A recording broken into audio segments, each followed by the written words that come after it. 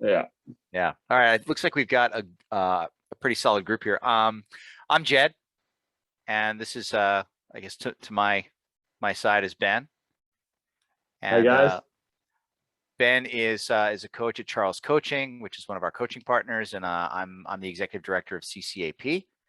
Um, really glad that you're joining us tonight. We're gonna try to demystify some of the information, or at least some of the language about Zwift, and hope that everybody here is ready to ramp up and ride with us this winter. We've got our winter training program already open for registration, and we've got some discounted registrations left. Once we hit a certain threshold, the price goes up. I think we only have 2 spots left in season 1 and maybe 10 spots left in season 2 at a discounted rate. So if you're going to register, the time is now. But we're really looking forward to another year of our Zwift winter training program.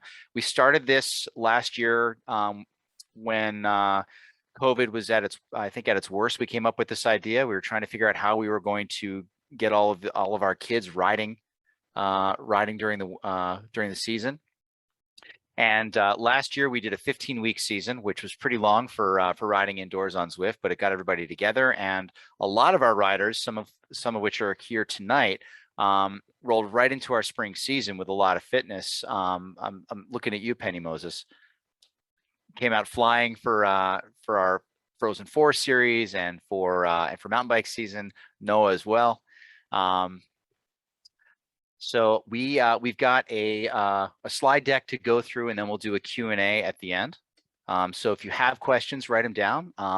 We're not going to be utilizing the chat until we get to the Q&A. So just hold your questions. Ben and I will be here as long as you've got questions. We'll be answering them.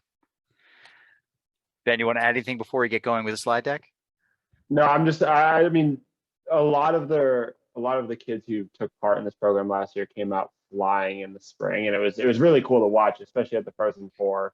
So this is a very exciting thing for me as a coach, and then as the CCAP, to see the kids come out swinging in their early part of the season all the way through the summer. It's a blast. All right. So we are going to introduce CCAP. We'll go over some of the finer points of our privacy concerns with minors and safe sport. We'll do a pretty deep dive into equipment selection, and Ben and I will talk about our setups. We'll probably have Coach Morgan chime in with some information about his setup. I know he's on this call. We'll go through the different apps that we use for Zwift, because it's not just the game app, but there's a companion app, and we also use Zoom to communicate with each other.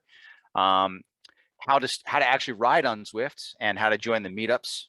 We'll go through a little bit of e-racing, and Ben's going to talk about maybe about his start with e-racing and how he adapted over the last year and a half to become a pretty solid e-racer.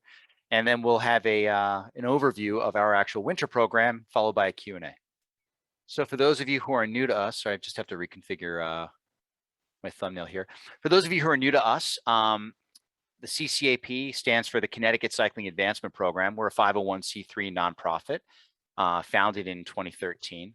Our mission is pretty simple. We want to get kids and their families on bikes. So we are here to provide access to youth and families across Connecticut to the sport of cycling. And with our 3 seasons of outdoor cycling and our 1 season of virtual cycling, we're covering 12 months. And we've got hundreds of kids and about 80 coaches statewide working with all of you, and this program just keeps growing and growing. We love the sport of cycling. We teach a lot of values here, a lot of social skills. We really believe in a team-based environment. It's one of our core values. We are here for each other. And because of that, we've been a multiple recipient of the USA Cycling Center of Excellence Award, as well as Club of the Year. So we've grown thanks to our kids. Kids bring their friends in, they bring their siblings in, they bring their parents in a lot of cases as coaches. As part of a national governing, as part of USA Cycling, which is our national governing body, we are a safe sports certified program. We're currently at the bronze level. This is a federally mandated anti-abuse program. If you've got questions about this, please go to safesport.org. This is a program that focuses on anti-harassment, and for us, it's established an anti-abuse culture. So this program, all of our coaches, all of our volunteers are Safe Sport certified. And to follow the Safe Sport guidelines, we limit all in-game and session communications to one platform, which is Zoom. We've used Discord in the past, but Discord was a little bit too unwieldy, and so we decided to go back to Zoom. So all of our communications in game will be on that platform. However, all of our communications outside, so coach to parent, rider, coach to rider, those will all be via Team Snap, which is a platform we utilize for our outdoor programs. Communications from our youth riders without a parent will not be answered. So please, kids, if you've got a question for the coach that needs to go through email, please CC your parent. Parents, we'd prefer if you just email us directly. And you're going to help us maintain our compliance with Safe Sport by following these approved communication paths. This is all a part of maintaining our bronze status and our culture here at CCAP.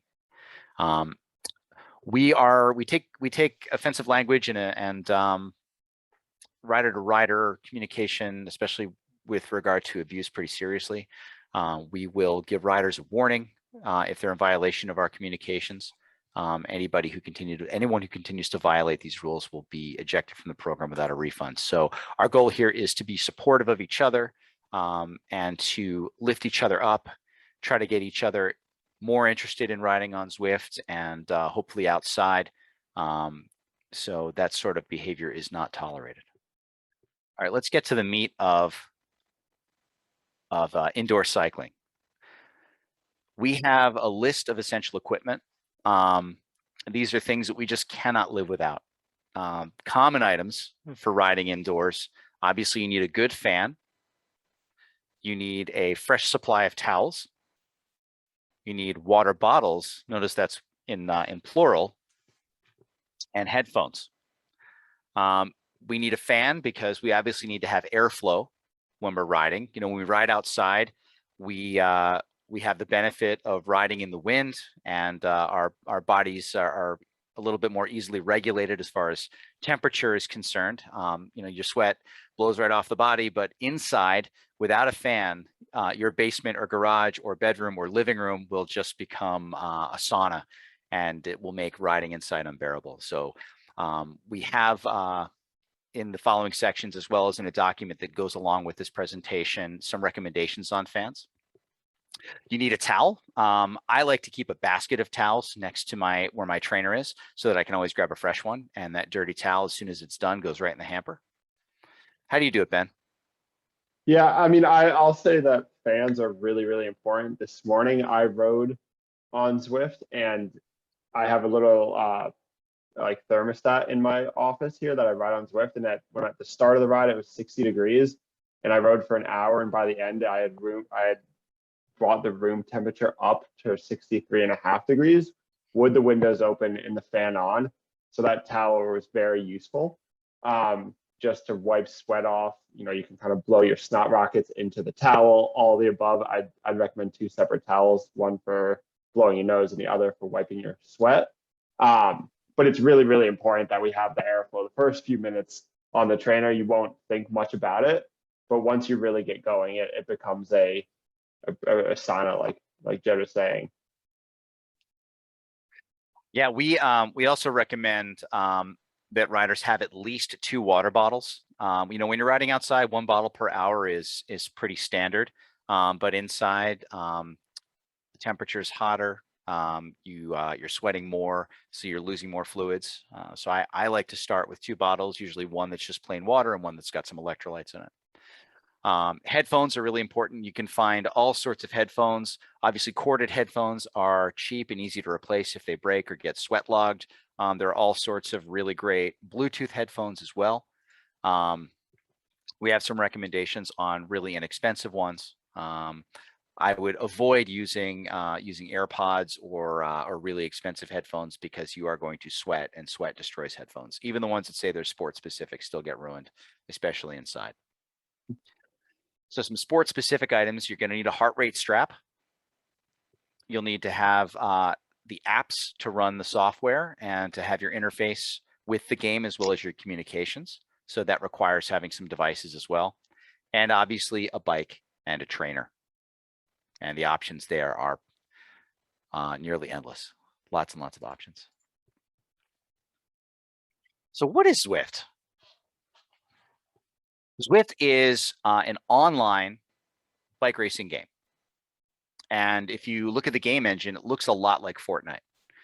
So the avatar tends to look a bit like Fortnite. The background screen looks a lot like Fortnite. And the gameplay sort of works similarly to Fortnite, at least visually. So the Zwift app was developed around the same time CCAP started back in 2013. And the original app was really basic. The avatar was just a blue avatar. There was no customization, and the island sort of looked like an oval. And you just rode around and around that oval. I think it was a 3-mile oval. Ben, were you on Zwift way back when? I avoided it until about 2018. Good. Well, you know what? In 2018, Zwift got really, really good. The popularity picked up, and they did a lot of investment in the program. And now Zwift is the most popular virtual training program in the world. There's lots of copycats. There's lots of other programs that sort of look and feel like Zwift, but none of them have the level of racing, the community, the variability in worlds that you can ride. I just think Zwift is great. And before Zwift, we used to go out and suffer and ride all through the winter. And in New England, that can be a little bit dangerous and dark in the winter. And now we can get up in the morning and hop on Zwift and get our workout done, do some racing, ride together. So it's really a perfect tool. And it's so popular that every morning, every time I log on to Zwift, there's probably five. It always tells you how many other people are Zwifting. And there's usually 5,000 plus. At the hectic times in the middle of the winter, you'll see 12 to 15,000 people Zwifting. So it's very cool. Like you're actually riding with, like, their avatars are moving and you're passing them or getting past and riding in groups. It's exactly like group riding from, the comfort of your house or basement. That's right. And we're regular paying Zwift customers. So we're just like you, right? We bought into the software. I got to be a part of the beta way back when, and got to watch all these developments happen. And it's been pretty exciting. And I'm happy to pay for this program all year. I like to use it when it's raining and when the weather gets foul in the summertime. So there's a couple of different things, a couple of different apps that you need to run Zwift. The most important is the game app. So the game app runs the program like any other game. And that's going to be on your TV screen, your iPad, or some other program interface, like a laptop. You can run Zwift on an Apple TV. You can run it on an iPad. You can run it on certain Android devices. If you want up-to-date information, that's all on Zwift's website on which platforms it will really work best. I prefer to run it on a computer. I feel like the graphic interface is much better and it's a little bit more responsive. Ben, are you running it on an iPad? I actually have two options. I have the computer I'm on now, which has a nice big screen, so I can really see the minor details of when people's numbers are going orange, and I know I have to go hard in a race. And then I also have a little tablet that I use, and I actually put it on a music stand so that I can move it in and out. And so I have two options. I run it on both, depending on if I'm Zwifting on the porch or if I'm Zwifting in the house here. It's good. It's good to have options. It is. In addition to the Zwift app, you need to download the Zwift Companion, which runs on your phone or communications device. So we now, for this program, we recommend 2 devices. You need your display device that runs the program, and you need a phone or some other communication device. An old phone that's kicking around the house, that's maybe been decommissioned, doesn't have a SIM card in it, but runs on Wi-Fi, is great for running Zwift Companion. I use an old phone to run Zwift Companion. Zwift Companion enhances the game. You can do rider-to-rider messaging, which we don't do in this program, but if you want to ride Zwift on your own or with some of your friends that you might meet in this program, we welcome that. You get to see the map view You get to use power-ups, which help you in rides and in races, which are, it's sort of like Zwift's version of loot, but you collect it as you hit certain certain marks within the race. Like if you have a really good sprint, or you get XP, you'll get a power up. And some of the power ups are like you get a dump truck, which gives you a draft boost. If you're racing and you get lucky, you get the ghost, which makes you invisible. So you get the ghost, you can use that selectively to attack the group and get away. Everybody looks up and says, "Oh, where's Ben? I guess he used the ghost." And you can also change game settings on the fly. So you can adjust things like your weight or your height, or some other simple game settings. We also recommend, or we also require rather, that you use Zoom to run on that same phone or communications device. That's your voice communications app. That's how we are going to talk to you when we're in session. So going back through the equipment selection, we recommend a desktop computer or laptop, an iPad, an Android tablet, or an Apple TV to run Zwift. iPhones and Android phones do work, but they've got limitations. You want to have a much larger display. Zwift is kind of hard to run on an iPhone or an Android phone. I've tried it when traveling, and it's my old eyes just can't take it. It's a little too small for me. Zwift, I think, works best on at least a laptop display or an iPad display. So if you're using a desktop computer or laptop, you're going to have two connection choices to interface with your smart trainer. You'll connect either with the ANT Plus protocol or the Bluetooth LE if your computer is an up-to-date computer. You can choose between those. If you're using ANT Plus, you need to have an ANT stick and a USB extension cable. And that USB extension cable is so that the ANT stick goes directly under your back wheel or your or at the very back of your smart trainer. And the reason being, the ANT stick is a great protocol for communications with between the trainer and your device. However, it does have a field limitation. So you need to basically have it as close to the trainer as possible so that you don't have any signal drop. So Ben, if you're using a computer, are you using ANT or Bluetooth? Always ANT Plus. I always use ANT Plus. The best way I heard it described, and some people won't have this issue because they're only connecting a heart rate strap or a power meter or a trainer. But because I have a lot of technology connected, Bluetooth is really, really good as a handshake. So a one-to-one device, like a heart rate strap to your computer or the trainer to the computer. But an ANT Plus stick is kind of more of a hug.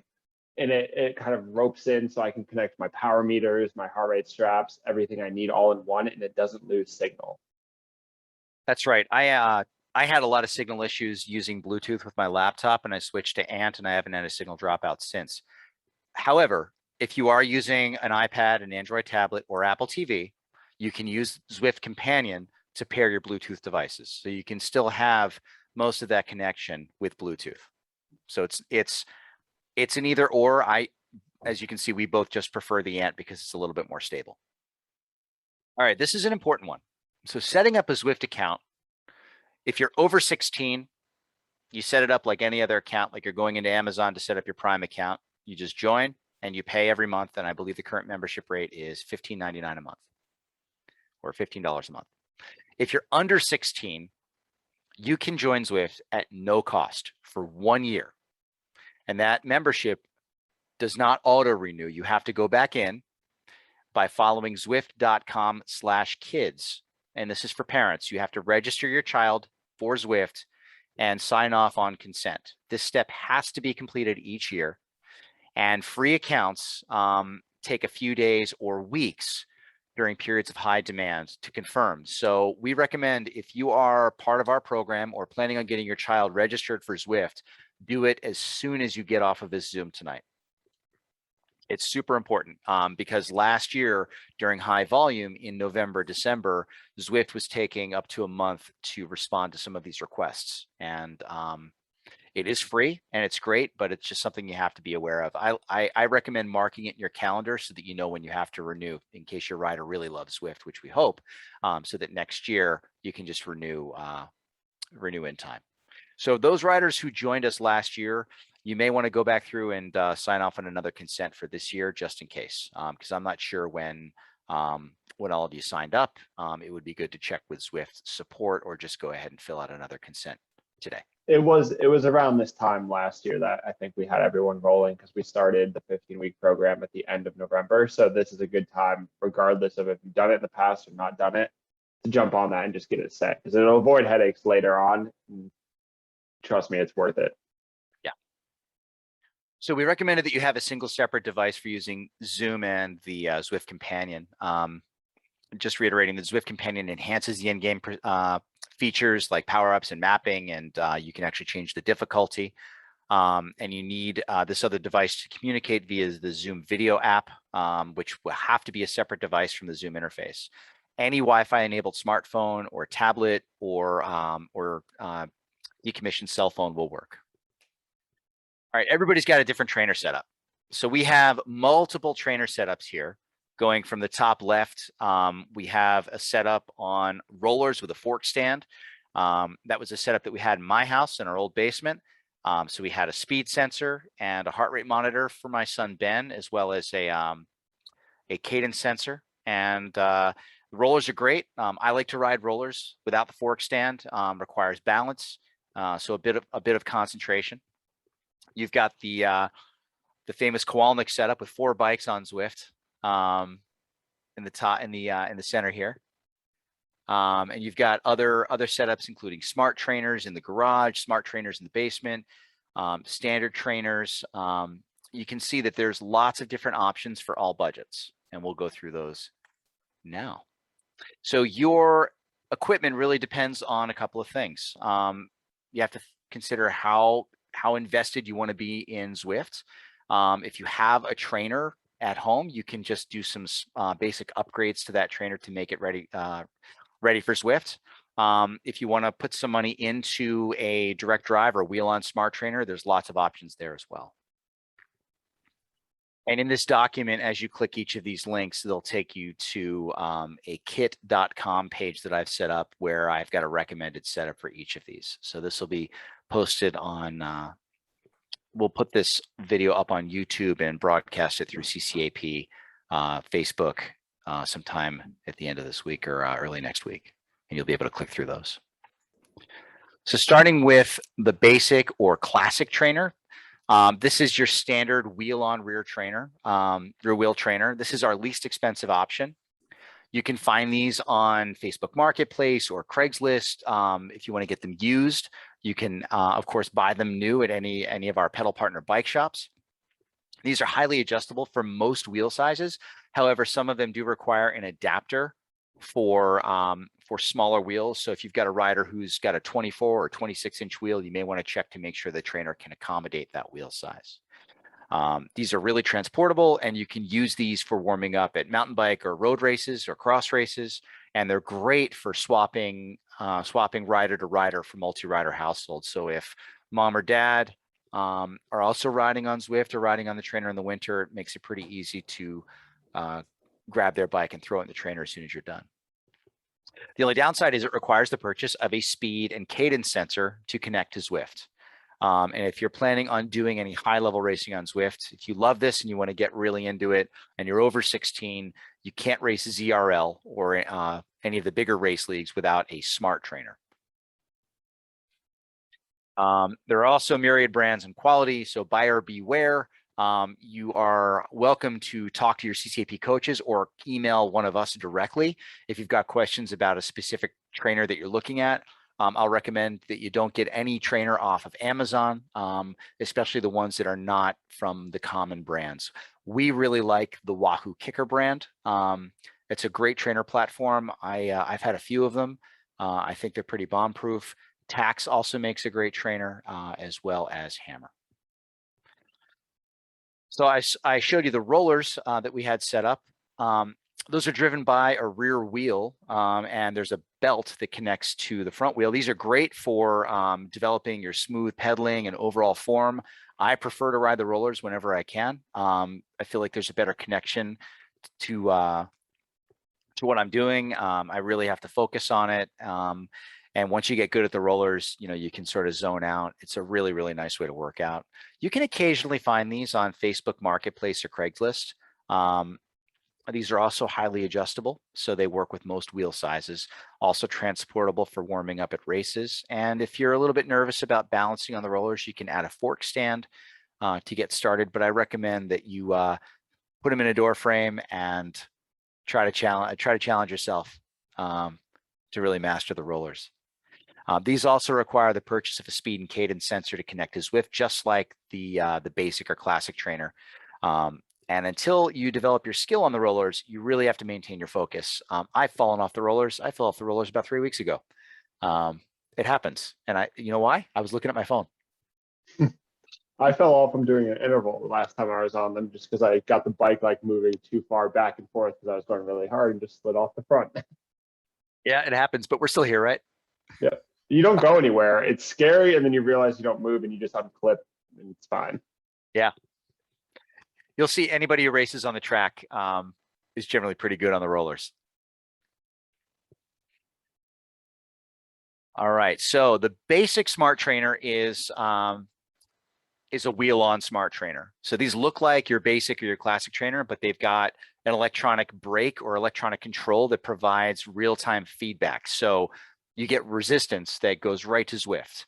So this is what's considered a controllable trainer by Zwift.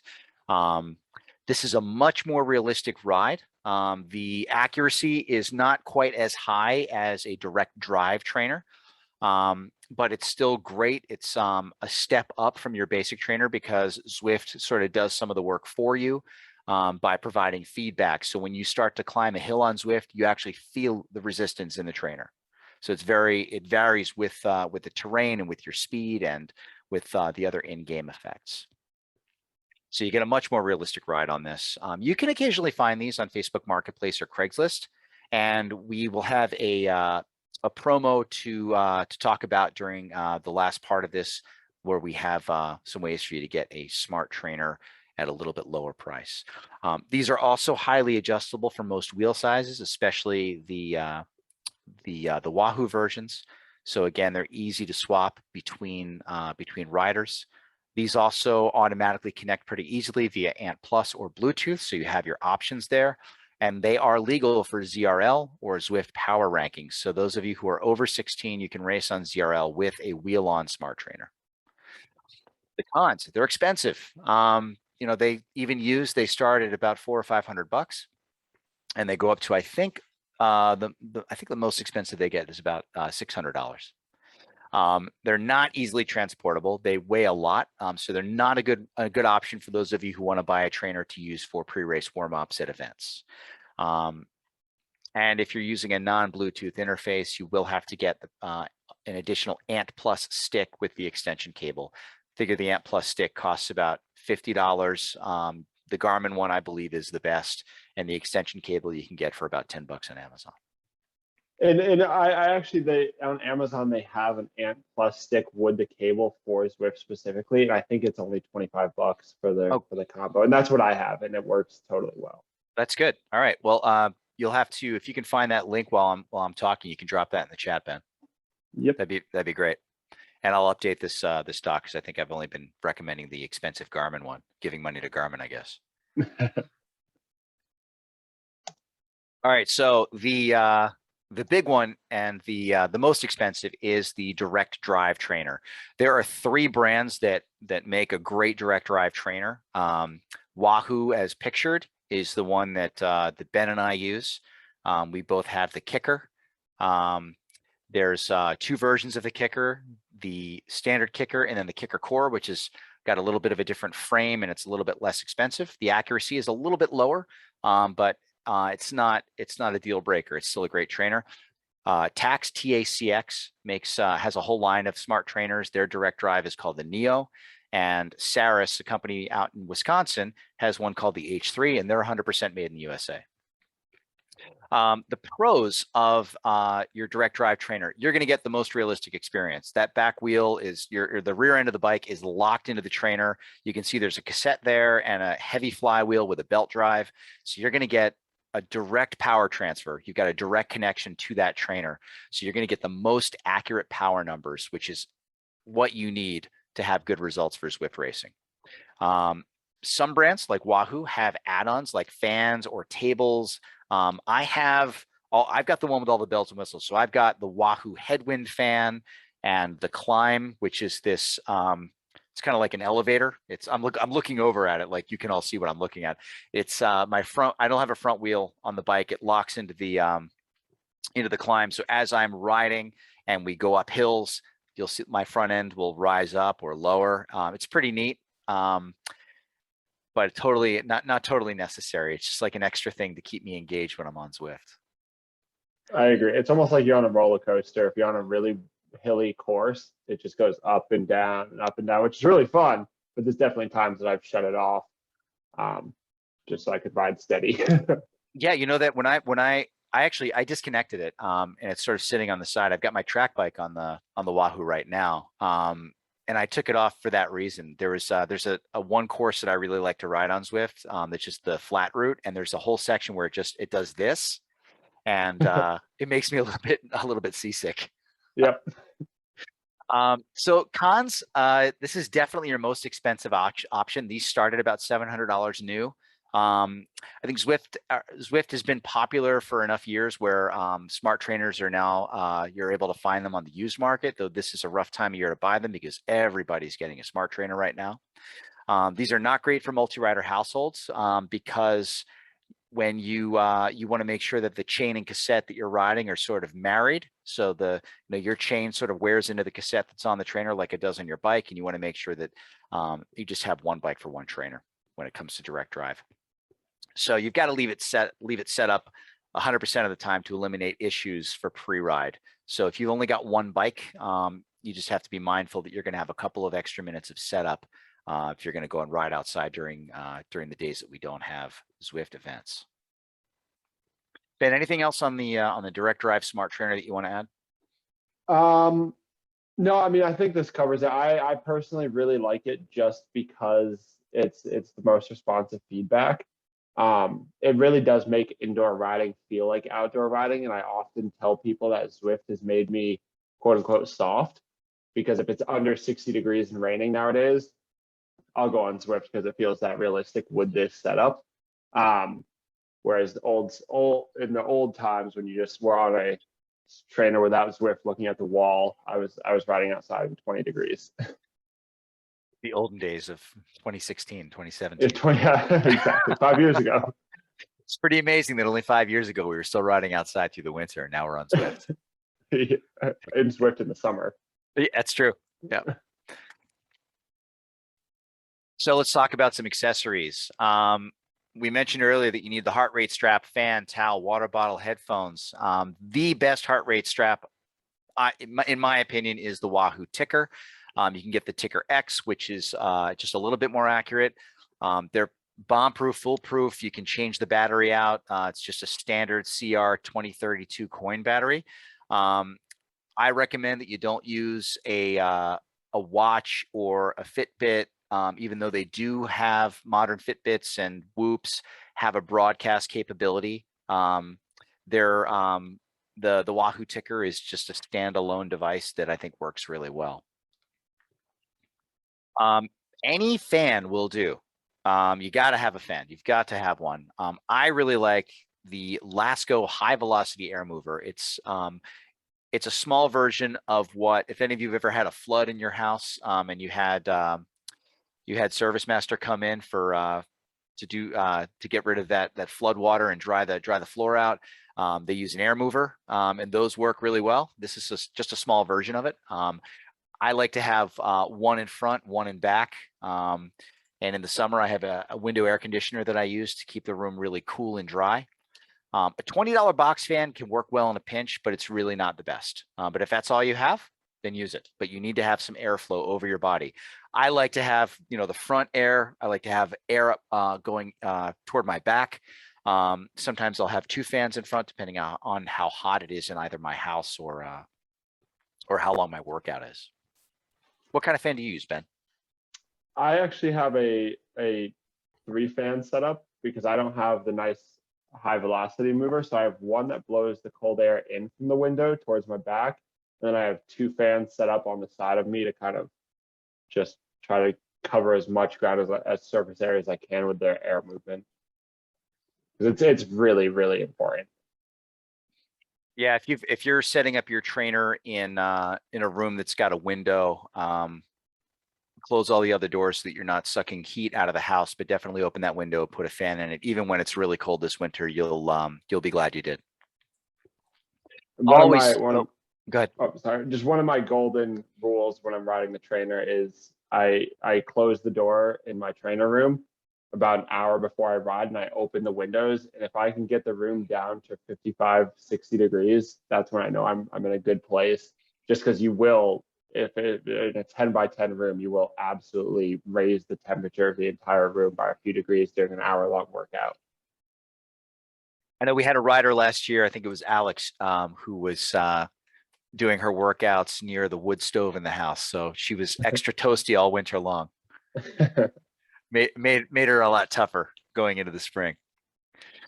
Always use a fresh towel. You can get a pack of cheap hand towels from Costco or Amazon, and just keep that pile next to you. So when you do the laundry, fold them up and just bring them right next to your trainer. I have like a sweat net. I sweat a lot, so I use a sweat net that goes over my top tube to just protect my bike, as well as like Ben. I have two towels. This may sound gross, but I have a yellow towel that I only use to wipe my nose, and I have a white towel to mop sweat off my face. So I always look for that yellow towel. It will only take one time using the wrong towel until you realize the importance of the two towels. Yeah, definitely two towels. And you can just drape those over your handlebars. You'll figure it out as you're riding this winter. Any cycling water bottle will do, or really any water bottle. One bottle per hour of riding. Always fill at least two. Remember that riding inside means a lot more sweat loss. You don't necessarily need to have electrolytes in your bottle for your 1 hour ride. You're not losing that much of your electrolytes, but it's good to have something in the bottle for anything longer than an hour. I like to just put maybe one scoop or a little bit of honey in my bottle. For headphones, any basic corded headphones that have a microphone will work. So any $10 to $20 pair on Amazon are fine, or at Best Buy, or even a pair that you might pick up at Walgreens. The Jam Out There headphones are great. You don't have to spend a lot of money on Bluetooth headphones. These ones. Oh yeah, you're still using the ones the Jam Out There's? Oh yeah. Yeah, we got those for what? $10? Yeah. Yeah, they were $10 on a deal. I got two pairs of them, and they work phenomenal. And they're wireless. They just kind of hang on your back and connect, so they're not in your way. You're not worried about them being damaged by sweat. They're phenomenal. I've broken a lot of headphones, mostly from sweat, and you're going to be taking them on and off a lot throughout the winter.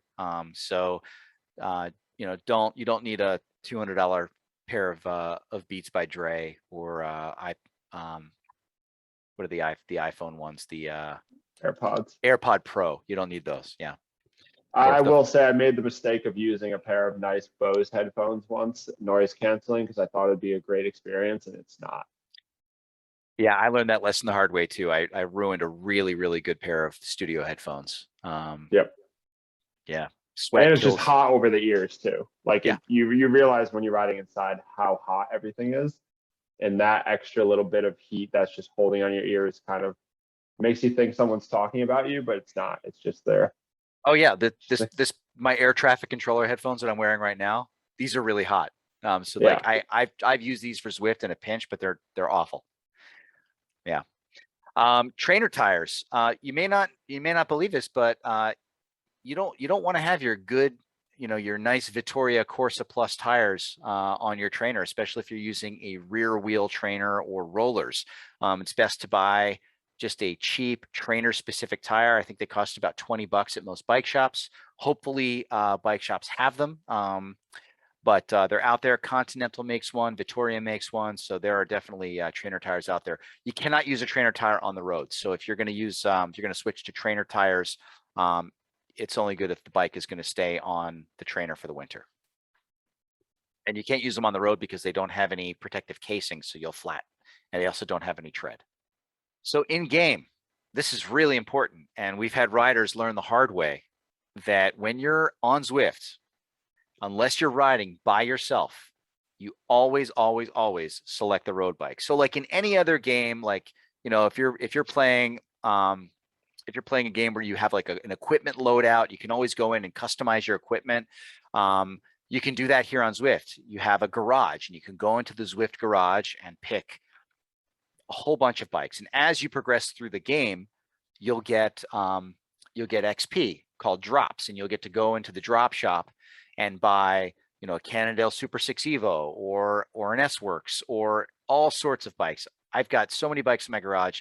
The only one that I use is the Tron bike because it's the coolest and it's the best for all things on Zwift. But I think you have to go up Everest twice to get it. Maybe it's 3 times now. It's 111,000 feet of climbing, I think. It took me a long time to get that. It's definitely worth it though. Why use the road bike? Because you can't draft when you're using the time trial bike or the mountain bike, and this is going to impede your performance. You're not going to be able to ride in the group. If we see a rider on a mountain bike or a time trial bike, we're going to remind you at the beginning of the game, change your bike, change your equipment. You have to have a road bike. It's crucial. May sound silly, but trust us. It's really not worth having a cool mountain bike or TT bike or gravel bike when you can't draft, because the draft in the game, the algorithm, the way it works, is a massive benefit. And if you'll find, like, especially as we get into season 2 with races, that if you're not on the road bike, all it takes is a 1-second gap to open up and you're gone. So we like to go through a pre-ride checklist. Before every ride, you want to make sure that your trainer's in good shape, that your bike's in good shape, that you have clean bibs or cycling shorts. Please don't recycle the ones that you wore the day before. That's gross. You want to have a smartphone or tablet, and you want to make sure that smartphone or tablet is fully charged or plugged in, and somewhere where you can reach it. You want to have your heart rate strap, your water bottles, your fresh towels, your headphones charged if they're Bluetooth, your fans on and working, and maybe some energy gels, like a power gel or a power gel hydro shot. Always, these are the things. This should just all of this equipment should live in one place, especially during Zwift season. Otherwise, you're going to run around the house looking for it, and you're going to end up missing the ride. 60 minutes before your workout, make sure your bottles are filled and you have a little bit of food in your belly. So maybe a gel or a couple of bites of a granola bar. Make sure all your devices are charged or plugged in, and make sure that you've accepted the meetup invitation. And we're going to get to that in just a minute. 30 minutes before we ride, you connect to Zoom, you turn on Zwift, you pair and connect your trainer and all your sensors, and you join the meetup as soon as you're prompted. And then you wait for the workout or race to begin and start warming up. You don't do anything else. You join the meetup and you stick around and start riding. Ben, anything to add to that? I will say that Zwift is a very energy draining program. So if you're using a tablet or something that doesn't always have to be plugged in, if it's at 10% and you try to plug it in right at the start of the ride, it still may not make it. So it's really, really important that you have it, you know, fully charged and then maybe even still plugged in if you're running something and you have that ability, because it's a big program that runs a lot of really cool features. So it definitely drains the battery on those things. And sometimes their lightning stick cables don't charge it quite fast enough. Yeah, turn off all your other apps that you might have running on the device. Meetups and meetups are the primary way that we're going to ride together on Zwift. And you see here, this is sort of the meetup welcome screen. So this is once everybody's accepted the meetup, you'll see, like, here's Alejandro, here's Henry Burson. I think that's probably Coach Morgan. That was his hairstyle last year. Not in real life, just on Zwift. Although I think that would be a good hairstyle for Coach Morgan. So joining the meetups, and don't worry, as I said earlier, this document will be available to everybody. Your ride leader or coach, so in this case, it'll be Ben, most likely Ben, sometimes me if Ben's not available or he's got to travel. they'll send you a connection or a friend request. So at the beginning of a season, everybody who's part of our program will get a friend request from Ben, from me, and from our other CCAP coaches who are part of this program, because we do open this up to a handful of coaches to help us out. That ride leader or coach is then going to schedule what's called a meetup, and then they'll invite you. So that's just sort of like a private ride. The next time you load Zwift or Zwift Companion, you'll see a meetup invitation. It'll populate on either of those apps. Accept this. And every time you see a meetup from one of us, accept that for all group rides or workouts or any private races that we're going to have. You can then log into Zwift and Zwift Companion at least 30 minutes prior to the ride start to make sure that you don't have any connection issues. And we also want you to be there 35 to 40 minutes prior to your races to make sure that you've got everything together and you can get warmed up. So we use a feature called Keep the Ride Together, which we refer to as the rubber band. This feature, when it's enabled, make sure that you will stay with the group. As long as you don't stop pedaling and you're within a certain threshold of the group, you'll stay with us. And as you drift back, you'll get snapped back into the group. This feature was not great in the beginning, but Zwift has sort of worked the bugs out, and they've made it a lot better over the course of the last year since we last all got together. Our races, however, for those of you who stick around for season 2, will not have the rubber band enabled. They're races. So we want you to ride hard and stay with the pack. If you get dropped, keep rolling. Just like you would in a race in the woods or on the road, we always want you to finish the race. So just to put a finer point on the meetups, the meetup is the primary function for us to get together. So if you maybe misclick and you end up denying that meetup request or saying, not confirming it, you won't be able to get into the ride. You'll have to ask us to resend the request. So it's really important for kids and parents to make sure we're going to ride Monday, Tuesday, and Thursday. Make sure you've accepted that meetup request before the ride day. So we're going to send out the meetup requests on Sunday for the whole week. Make sure you accept all the meetup requests and you're just done.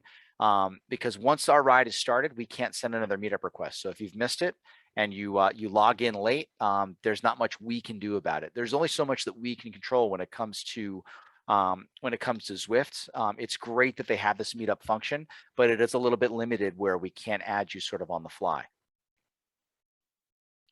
Ben, anything to add to that? The biggest thing is making sure it's really easy for people to, press the wrong button and then think they're done. And it's always a big bummer when you go to get on Zwift for the meetup and the meetup's not showing up and you're not getting kind of roped in. So just make sure that, on Sunday evenings, you go in and you just press accept to all of them. And then that's why when we want to log in, 30 to 45 minutes prior to the start of these rides, because if you don't have the meetup then, we can still send it then. But once it gets closer to crunch time, the meetup may not go through. We also recommend that all of you kids friend each other on Zwift. That way, if you want to get together on a Saturday morning, if it's snowing or raining, you can get together on Zwift and do a ride, maybe do some racing together. It's a pretty great community, and I think you'll get more out of it the more you ride on it. So e-racing has really exploded, especially since people discovered Zwift during COVID. And it's really become its own discipline. It's very different.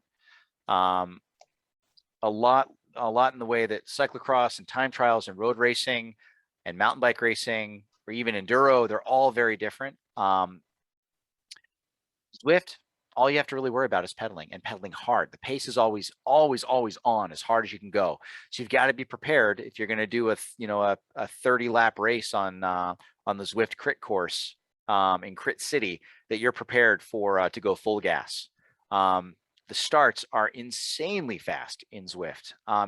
Not at all the way they are in a road race, but very similar to how they are in a cyclocross race. So for those of you who race cyclocross or race mountain bikes, you know that getting that hole shot is super important. It's exactly the same on Zwift.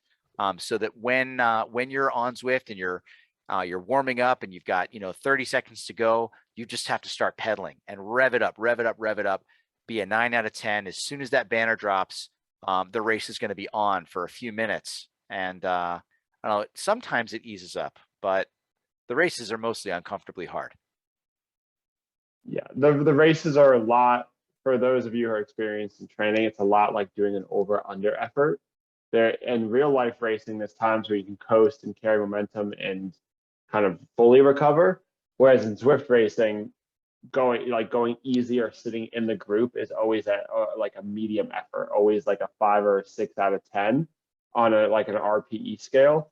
And it usually just goes up from there when the attacks happen. So you just have to be prepared to suffer. The best part about it though is your only worry is just put your head down and pedal, because you don't have to worry about steering your bike.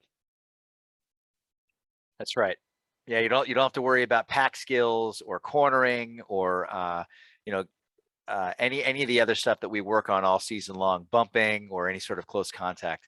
You'll notice that your avatar does certain things, and you'll learn some of these cues from your avatar. So when your avatar's on the hoods, or with their hands on the tops, you're sitting in the draft. So as long as you can see that, you might you're actually going faster, and your rider's putting out a little bit less effort. It's always really important to stay in the blob, in the peloton, because you're going to be working a little bit less. So when you're sitting on the front, or if you're off the back, you're going to feel the effort is going to be that much harder to get moving in the race. You can move up at any time. It's not like in a crit or a mountain bike race where you might get boxed in, or you might be in a single track section. There's no steering, so you can easily move around just by increasing or decreasing your effort. So if you want to get to the front, get on the gas, motor up to the front. But once you get there, understand that the effort's going to be that much harder. There is a 3-second delay, and Ben taught us about this last year. So there's a delay between the trainer source and the game. So you have to sort of anticipate the course and think a little bit ahead, so that when you've got a climb or a turn, or if there's a sprint coming up, you've got to do a 3 count and get on the gas a little bit earlier. Even coasting. So if when you come up to if you're at the top of a climb, you can anticipate that you're going to start descending pretty soon. And once you get your speed above a certain threshold, I think it's 35 miles an hour, you can actually coast. And as long as it's a sustained descent, your rider will coast, and you'll actually pick up speed, because you'll get into what's known as a super tuck. If you're going, and we'll get into nitty gritty, but you have to be going over 36 miles an hour and more than a 3% grade for your avatar to drop into the super tuck.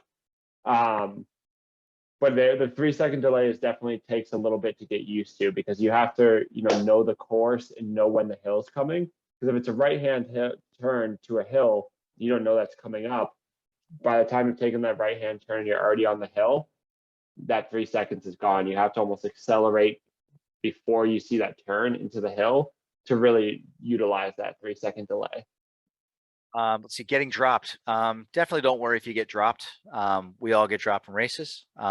Coach Morgan and I often try to find each other when we're racing together on Zwift. We both get dropped. Either he finds me or I find him, and we just we work together to try and get to the next group. It's just great to find people around you, and you can sort of read the race a little bit better when you've got somebody with you. And if they start accelerating, you know that they're going to try and make a move to get up to the next group. Just keep working with them. Just pedal, pedal, pedal. We will definitely talk through race issues, which we call the peach and pit, the best and the worst part of your race. And when we're in game, talk about it with your teammates. That's why we're going to have Zoom, so we can actually see each other and communicate. So Ben, why don't you talk a little bit about our winter indoor season? And we're going to do 2 seasons this year, and break it down for us. Yeah, so the first week of the season is going to be right after the new year, and we're going to start on that first Monday with just a endurance spin out, just spin the legs, and we're going to chat, and we're going to cover over the first week, and it's going to be a test week. And this isn't a school test week. This is just a test week where we're going to set some zones and some efforts for us. So what we're going to do is we're going to do a 5-minute test. So it's going to be an all-out 5-minute effort, just to kind of see how hard we can go and see where our zone is there. And then we're going to be doing a 20-minute test, which is the same thing, just for 20 minutes. So it's a little bit longer. And this is going to help us set kind of a zone of exactly where we're going to be doing our endurance efforts, our tempo efforts, threshold efforts once we get into season 2. But it's a good baseline benchmark to know where we're starting at and to see how we progress through. And then as we get into week 2, 3, and 4, those are going to be what we call base mileage. And we're going to be working a lot on some force development stuff, some muscular endurance, and then kind of overall endurance and tempo efforts or aerobic efforts to kind of build the base of our fitness. Because when we think about it, our fitness is kind of shaped as a pyramid. And we're going to be working on this bottom part, because the bigger we build the bottom part, the higher we can build our peak and the more racing and stress we can handle. And we have a nice big base. So that's going to be the first 3 weeks. And that's going to come with some cadence drills, some high cadence drills, some low cadence drills, and then just some steady state kind of tempo efforts. So on an RPE scale, we're going to be looking at like a 5 or a 6. Endurance is going to be kind of a 3 or 4, and then recovery is below that. So a lot of these efforts in the first few weeks are going to kind of be below a 6. And then we're going to rest week 5, because we have to allow time for our body to recover and adapt to all the work we've done in the first 3 weeks. And then we're going to do a retest on week 6 to see the progress we've made over the 6 weeks. So the season 1 is going to be kind of bookended with a test week to kind of open it up and send some benchmarks. And then week 6 is going to be kind of closing out that first season and see the progress we've made with the consistency and the structured training that we've been doing. The biggest thing is training, and really anything is about consistency versus being a hero. So it's really important that we do all 3 rides of all these weeks to really be able to kind of promote this progress. Then after that test week, we jump into season 2, which is going to be kind of the race prep week, or the race prep season. And this is where we're going to be doing more of the intense workouts. So there's still going to be a little bit of base, because no matter what, we always have to balance out our intensity with some easier riding where we can promote, the recovery and adaptation, while also still kind of putting some maintenance for that base.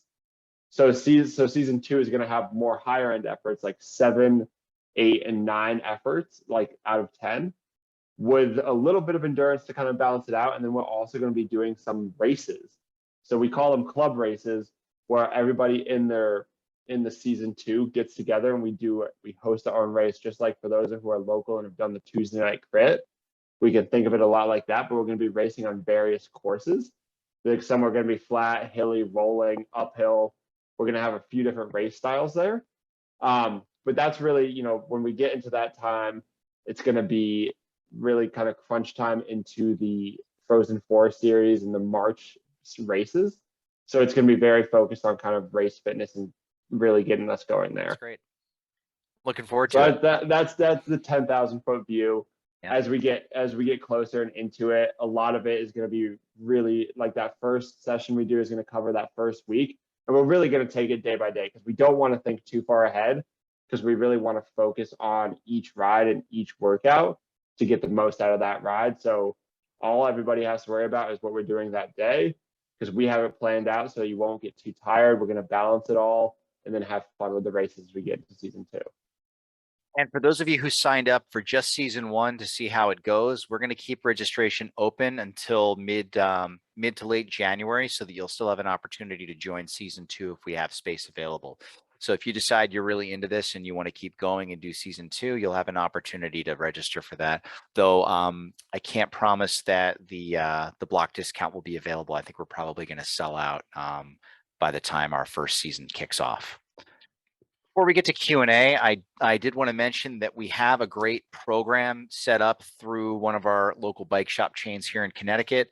The folks over at Pedal Power, where the CCAP office is just above the Pedal Power main location in Middletown, are offering a trainer buyback program. So for those of you who are a part of this program or a part of CCAP, they're going to be buying back trainers from their existing customers, and these will be smart trainers only that are 3 years old or younger. And those trainers will then be made available to CCAP riders and anybody who signs up for this program and is available to come by Middletown and pick them up. We'll get an inventory list. The prices will be very, very low, about what they paid for their trainers. So I can't imagine much more than about $300 for a used smart trainer, which is a great deal for those of you who are looking. We may expand this to some other shops as well, but that remains to be seen. But for now, they just rolled this program out, and it's going to run until December 15th. So we'll send out that information to any registered rider in the program, and it's probably going to go out in our newsletter either this or next week. It's a great program, and for parents who are maybe not looking to spend $1,500 on a full super trainer setup, this might be a way to get a gently used smart trainer at a very reduced price. We also do have some trainers available if you need them. I know we've got 2 kicker snaps in the office that we can loan out for this program, and Ben's brother Brian is loaning out one of his trainers. He's got an older kicker, I think from 2017, that just needs a little bit of TLC, and it'll be able to be under a rider for very little money. I think it needs some new bearings, but he'll drop that off at the office, I think, sometime next week. So let's open up the floor. I'm going to stop the screen share, and we'd like to do a Q&A.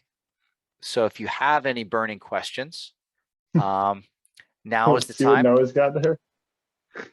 Yeah, Noah's had the pit vipers on and the CCAP towel. He's been posing over there all night, representing with the rail trailer swag. That's good. Hunt, are you happy with that? Absolutely. Way to go, Noah. You the man. You the man. Coach Morgan, did we? So Coach Morgan was with us all last season. Rode alongside a lot of our kids and was instrumental in getting our riders motivated, especially during races. Do you have anything that to add that maybe we missed during the presentation? Yeah, I would just say that for those, there was a wide range of kids. First of all, it's a fantastic program. Like it was, as a parent, it just really worked. And there were a wide range of kids, and many of the kids were not, just doing this for racing fitness. There were some kids that just rode, they just came and they liked the, being online with people and talking and riding, and they weren't, it doesn't have to be as serious as it sounds for everybody. So you can just join to have fun and just have the kids get some exercise over the winter. There were other kids who are very serious about it and really got really fast. And it's the equivalent, for those of you that are serious about it, it's equivalent of having, it's having a professional cyclist as your coach. It couldn't be better. It is, it's like having a professional, it's having a professional coach. And so it's accommodating for everybody. It's a very welcoming environment and, very supportive. And, there were some kids in the races who, it was a triumph for them to finish, and, everyone stayed on and cheered them on, and they finished, and the kids were really got something out of that. So, it's a great program. And I would just say, try to get on Zwift. If you're new to it, try to get on Zwift and get the issues sorted, because it's a sharp learning curve to get all the technology sorted, and you want to get it sorted because you really did hate it. There's sometimes when, there's some kids that hadn't renewed their Zwift account, and it suddenly got got canceled in the middle of the season, and then that was 2 weeks off. So really do get that going and get the equipment sorted so that it's up and running by the time the program starts. Yeah, that's a good point. The sooner you do this, the easier it will be, and you'll be able to get through some of that learning curve before January. We've got lots of time, but it will sneak up on us with the holidays coming. Life just tends to get a little bit busier, especially now that we're sort of toward the tail end of cyclocross season, for those of you who are still racing. And Morgan's right. We had some kids who were just here to ride, and it was great and it worked. We changed the minimum age this year. We raised it, I think, a year or two, just to try and get a little bit more mature riders. Some of you jumped in. We welcome back all of our riders who were with us that first year, but we wanted this to be a little bit more focused for those of you who have maybe gotten a couple of years of racing under your belts, so that you can understand some of the core concepts we're talking about. Wyatt, you had a question about Do you think we could block out season 2 if we wait? Oh, if you'll be blocked out of season 2 if you wait until the start of season 1? I don't think so. We're going to have this open to I think up to 40 riders per season.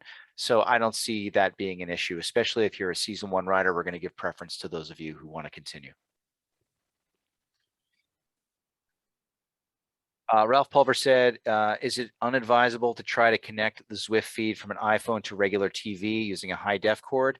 So like a screencast? Yes. I'd recommend having an independent device and not doing an AirPlay from your phone. Minimum age is, we're looking for 6th graders, Mike. So 11 and up, unless you're a returning rider. And I will say, I'll second what Morgan says. It's definitely a good time to set it up. We have just about 2 months until kickoff, so it's really important that we take the time now to save the headaches later. Just like trying out the equipment and making sure you have your Zwift account set up, everything dialed, because it definitely takes a little bit of time, even for us seasoned Zwifters. Each year when I get my setup like kind of dialed for the winter, it still takes me probably an hour or two just to nail down everything, make sure the connections are good, make sure I have everything kind of displayed in a comfortable way, because we're going to be spending some time on this. So you don't want to have your neck craned to the side to see the TV that's over here. You're going to want to have just everything kind of set up and dialed. We are planning on doing a shakeout ride on December 19th. It's a Sunday. So if you're part of the program, we'll have everybody together, and then we'll take a couple of weeks off for the holidays and have our season kickoff on the 3rd.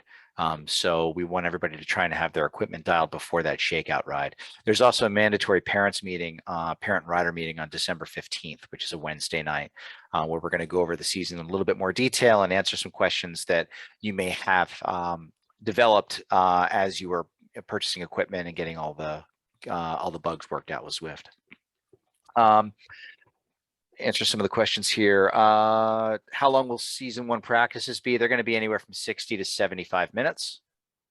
And then 3 days a week. It's going to be Mondays, Tuesdays, and Thursdays. No weekends. So plan on 3 to 4 hours over those 3 days total. If you run into Wi-Fi issues during Zwift, there's not much we can do about it. Because our meetups are private, there's no way to jump back into the meetups. So one thing that I don't think we talked about is there are 2 types of meetups you can do. And we choose the one that allows basically makes our riders totally private. So we won't see any other riders on course until our meetup is over. So it'll look like we're the only folks on Watopia, the Zwift Island, when we're riding. But as soon as our workout's done, everybody else will appear, and you can keep riding if you want to. But if you have Wi-Fi issues or you've got a weak Wi-Fi, you're definitely going to want to strengthen that before we get on with the season. That was one of our primary issues last year, was having a Wi-Fi signal dropout, and I suffered from that as well. And it took me a while to get my Wi-Fi sorted out in my house so that it would work with Zwift. Yes, you do have to have your cameras on when we're riding. We want this to be more engaging this year than it was on Discord. Discord was great, but there was also, oh, Jill, you're shaking your head. There was also a lot of chatter on the Discord chat, and we're trying to eliminate some of that chatter this year. So we want you to have your cameras on. I think it's going to be a little bit better for us. I know some of the adults here, Ralph Pulver's here. He and I were part of the CCNS virtual camp last winter, and we had our cameras on for a couple of hours at a time, and it actually made the riding a lot more engaging and fun because we could see and talk to each other the whole time. It was great. That, and I would say the biggest thing we ran into last year is when we're all riding in our own little, trainer caves. It's hard to know that everybody else is suffering too. That's one of the things about Zwift racing that's tough, is you're suffering in a bike race or in a bike ride or group ride. You can just turn around and see the pain face on everybody else and know that everybody else is working just as hard as you, and it's not isolated to just you working hard. And that's why we want the cameras on it, so we can all see that everybody's having fun, enjoying it. In the races that we're all putting out good effort. The cameras are definitely going to make it a lot better. That's right. just going through some of the questions in the chat here. We are not going to be doing any rides on the weekends. We know that everybody's got other stuff like basketball and swimming and skiing on the weekends. It's one of the reasons that we don't have any practices or races on Fridays, so that people can travel. So we're only going to do Mondays, Tuesdays, and Thursdays, and we're going to start at 5 p.m. So that means that riders need to have their equipment squared away and logged in by 4:30 at the earliest, or at the latest rather. If you miss rides due to other commitments, that's okay. You're going to get out of this what you put into it. And if you've got other stuff going on, we totally understand. It's really crucial though that you don't miss the test days, because that's where we're going to see how this program really worked out for you. So we want to make sure that when the schedule goes out and you see that we have test days, make sure you're there for the power tests. We obviously want you there for as much of this as you can. You know, rest weeks are just as important as build or base weeks. Will there be any hill climbs? Absolutely. Changing up. We're doing everything this year. Not just crits this year, guys. Sorry, Morgan. Multiple riders in one room, separate Zoom connections. Sorry, John, I don't really get the question. Is there with multiple riders in one room? No, there really isn't any issues with crosstalk, because you're going through a Bluetooth or an ANT connection, and that's locked in. Actually, the Kowalniks and Morgan is also another good example. I'm a good example of this. We've run multiple people in one household on Zwift, but you must have a separate device for every single rider. You can't have multiple instances or virtual machines for Zwift. It doesn't work well. I think his question was more detailed to the voice, like the feedback of the audio if they have more than one connection. Got it. And I don't know the answer to that. I've never tried. I would prefer that we only have one mic per household on. That way we don't have a whole lot of feedback. Also, one thing to note, your fan is going to create a lot of feedback on the mic. So we'll prefer that you keep your mics muted and just use push to talk, or just click to talk when you're on Zoom. Are we going to do stretches again? Yeah, we can go through some core stuff. I'd like to do some stretches after we ride. Hope you're all ready for that. Well, if there aren't any other questions, I think we'll call it a night. And I want to thank everybody for coming here. And for those of you that are registered or planning on registering, we're really looking forward to it. We had a lot of fun. And I think this year with the 2 seasons and a little bit of a different focus is going to really drive some of you to work really, really hard and come out swinging next spring for mountain bike and road season. And for those of you who are not part of CCAP and are maybe outside of Connecticut, we're really happy to have you. You know, we part of this is to try and expand our world a little bit for our kids, so that when they go to regional races or maybe national level races, they're going to have some friends that they met through this program and maybe through Zwift. Because you'll see as you get older and you stay in bike racing, a lot of the connections that you make are lasting, lifelong connections. Cycling is a great sport, and we have a great community. I've got friends that I've been riding with for most of my life, and I have cycling to thank for that. You at Northampton this weekend, or some other cyclocross race between now and nationals, and otherwise we'll see you on Zwift.